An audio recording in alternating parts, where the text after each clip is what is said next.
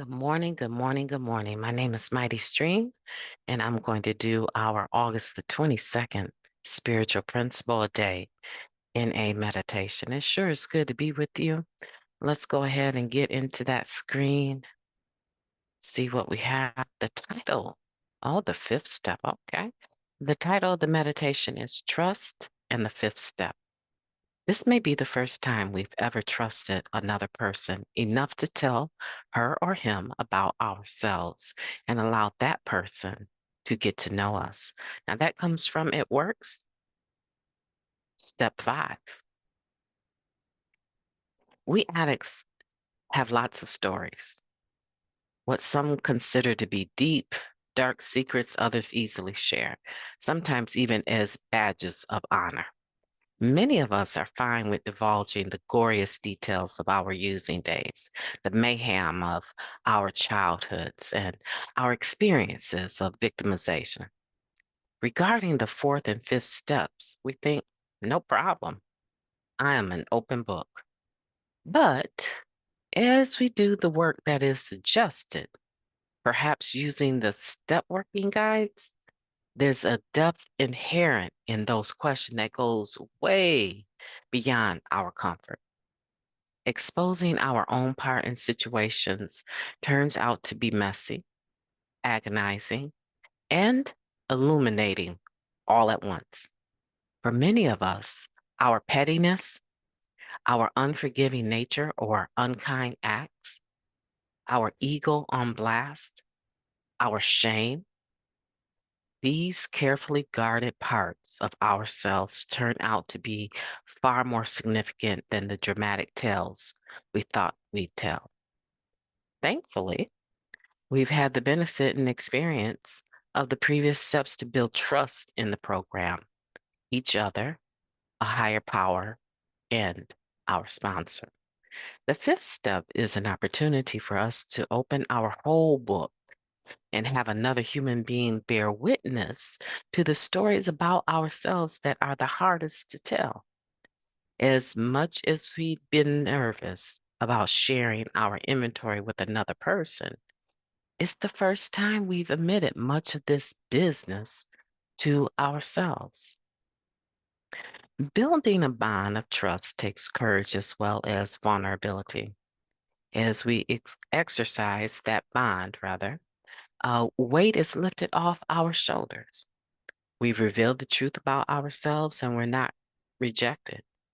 Many of us don't even realize how distant we've been in our relationships as a result of the secrets we'd guarded. And often being seen as truly ourselves by one person allows us to feel much lighter and more open in other relationships. One bond of trust inspires us to form others. I'm willing to practice trust by sharing my whole story with another person. I aim to build upon my ability to trust and be trustworthy by applying what I've learned to other relationships. Let's take a moment of silence, followed by the we version of the Serenity Prayer. Moment of silence.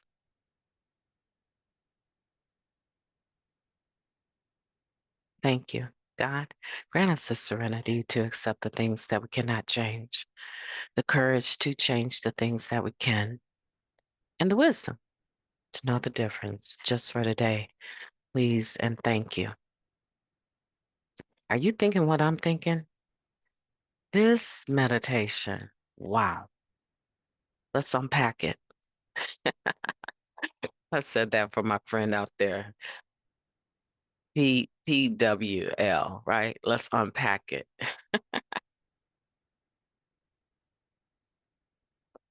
We're talking about being able to do the fifth step and get past. I don't even want to say past, right? Because I'm not trying to minimize our shares in meetings, right? I'm not trying to minimize that. Some people come to meetings and they do what I would call mini, not MANY, but MINI. They do small fifth steps with the whole group. And a lot of times we're sitting there thinking, I could never share something that like that. That's a secret that I could not just come to the meeting and put it on the table. That's something that I would share for my sponsor. And we sort of judge people, we sort of judge those people that do that. And um, if it's affecting their recovery, they have the right to share whatever they need to, right? So maybe their judgment, right, their discretion is not as tweaked as we would like it to be, right? So we sit there and we're listening and thinking like, no, I hope he don't share that. I hope she don't share that. Oh man. And we kind of want to sneak out of the meeting because it feels embarrassing or like it's our story, right? And we feel kind of embarrassed, for the individual because it's so deep and it's so personal. And instead of looking at the glass half full and appreciating their vulnerability on such a level, right? We negate it by judging them, right? So there's that, right? There's that. There's the stories we tell, whether they be, deeply personal, deeply emotional or not. There's that version of us in the meeting that we share. Okay. I'm not talking about that. Neither are they. They're talking about using the step working guide and writing your steps, doing your fourth and fifth step with a sponsor.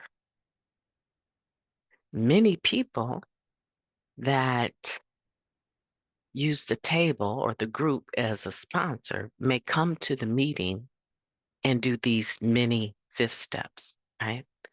And a lot of times, what I have found, my own experience, may not be yours, what I have found is in those moments when I don't use as much discretion about what I share, right? Because, my story can be deeply triggering for those that have been trafficked, for those that have been sexually abused. Um, there's been some heinous things that have occurred. Those that have been tortured or beaten. My story touches on a lot of that deep, deep abusive type stuff. And I haven't always, I use discretion today. So saying I don't always is not applicable, but I have not always used the best discretion. And the meeting becomes Me Too type of meeting with men squirming in their seats because the women now have taken over the meeting and are sharing their experience, strength, and hope, more related to childhood, early adolescence, trauma. Okay. So my bad, right? I've been that individual, so I can speak for it from both sides, right? That's what this is talking about. This is talking about having a sponsor that you do that with.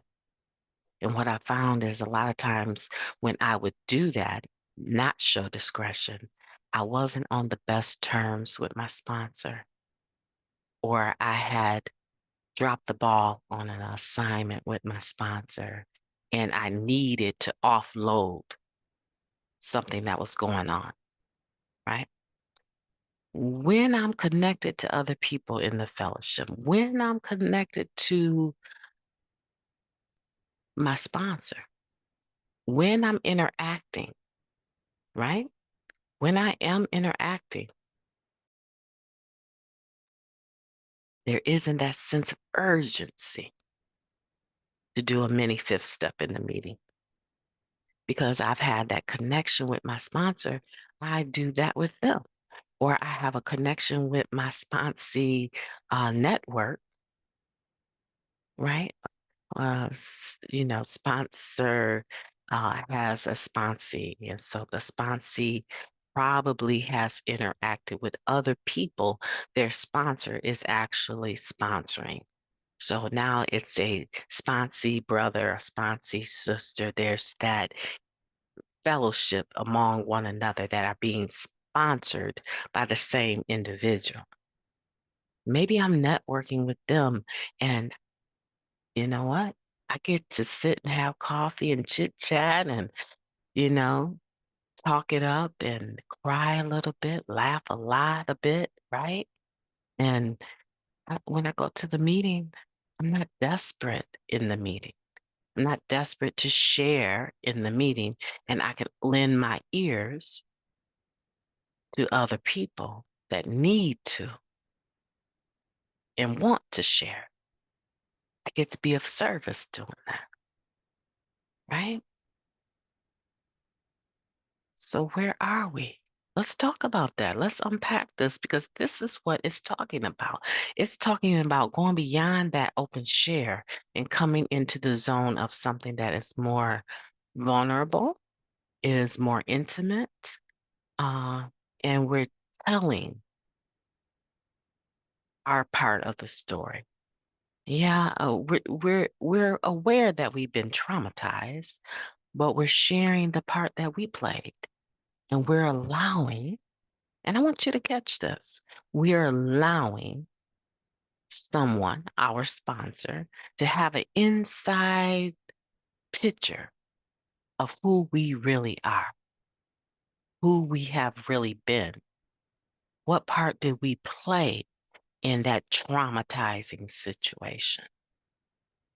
And then, listen, inviting them, because that's what you're doing when you have a sponsor, you're inviting them into your life to speak into your life according to the 12 steps and 12 traditions and the spiritual principles therein. We're allowing them to give us feedback.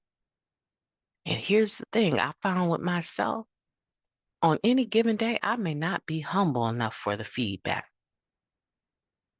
I got a person in my life, a sponsor. She tried to let me know in a very smooth way. She's good with her words, and I think I'm pretty good with mine.